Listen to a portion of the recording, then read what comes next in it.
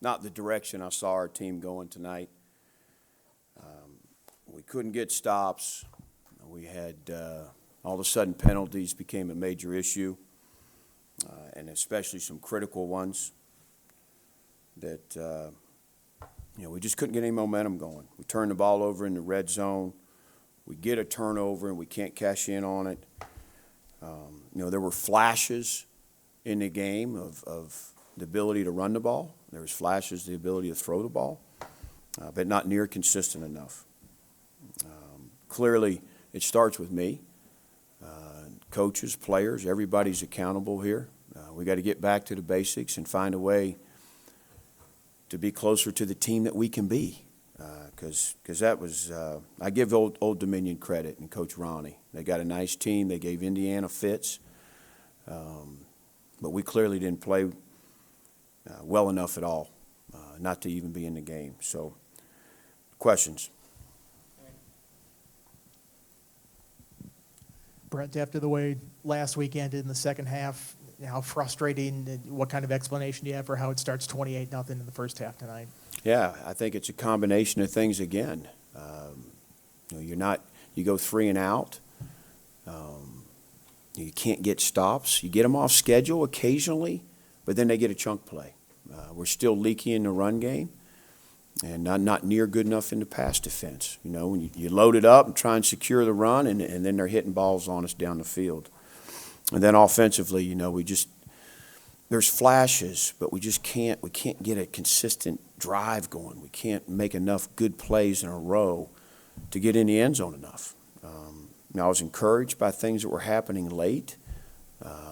There's some guys offensively that can do things with the ball, but it's a team loss. And we had some old linemen step up. We had 3 starters once Lath went out.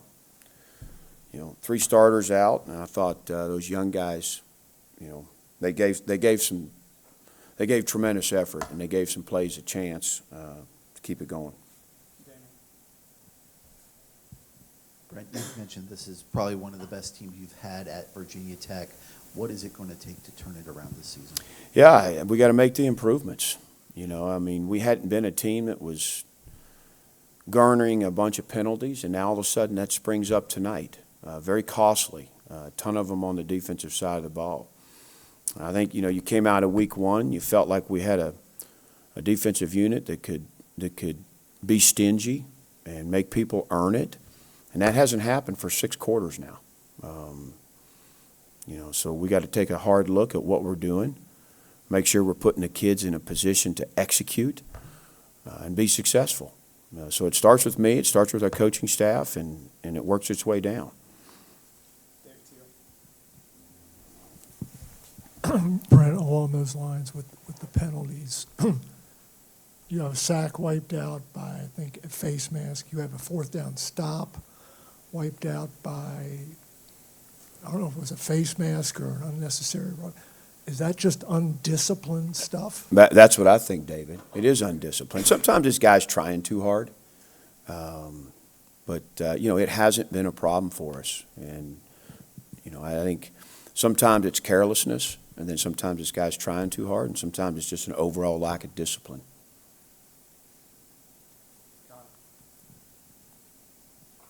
Coach, before the game even started, when the projected starting lineup was playing through the Jumbotron, when your name came up, there was a lot of verbal frustration from the Hokie faithful, especially now with 28-0 at halftime, and fans were leaving the stands. Is there anything that you can say to those fans who were verbally and physically frustrated? Yeah, I get it. Things going? Yeah, I'm frustrated too, so I understand where they're coming from. The expectations at this place are to win, and we got great fans here. So I understand their frustrations. They've been fantastic to us. I thought the crowd was a good crowd tonight, and we let them down.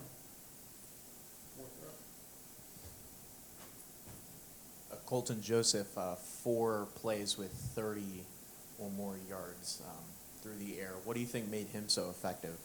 Yeah, he's a good quarterback. He's proved that the last couple of weeks. I think his wideouts made some nice plays. There wasn't just a ton of guys just wide open. They made some good throws and catches, but we got to contest catches better.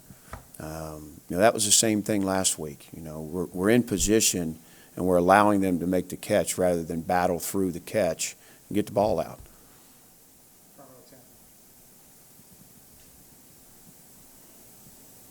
Brent, you're now 16-24 at the helm of Virginia Tech. Obviously, there were plenty of boos and other chants for your dismissal this evening. Why do you feel you're the right man to lead this program forward? Yeah, I see the strides we've made as a program. I know it doesn't show on the field tonight. Our roster's deeper than it's been. The one area where we didn't do a good enough job was on the offensive line, creating depth, and it's biting us right now a little bit. But I'm proud of the team that we have as far as the guys in that locker room. They're wired the right way. They're at Virginia Tech for the right reasons. I think there's talent in that locker room. It's not the talent that we need yet to be a team that can contend for championships, but it's an improved roster. And these guys have busted their butt and gave us a chance at South Carolina. Played a heck of a half against Vanderbilt, but it's a four-quarter game. This was very disappointing and unexpected tonight. And during halftime, some ACC network analysts said it looked like your team was checked out or maybe even had quit. What is your response to that? Yeah, I don't think so. I think it was apparent in the fourth quarter. We're not good enough getting stops right now defensively, but we clearly battled in the kick game and on offense, and continued to play all the way through the last tick. We've got some problems with gap accountability and fits defensively that we got to get fixed. I don't know that the kids quit. I think it was more so they're not in the right place at the right time, and I think Old Dominion was cashing in on it. Thanks, Coach. Yeah, thanks, guys.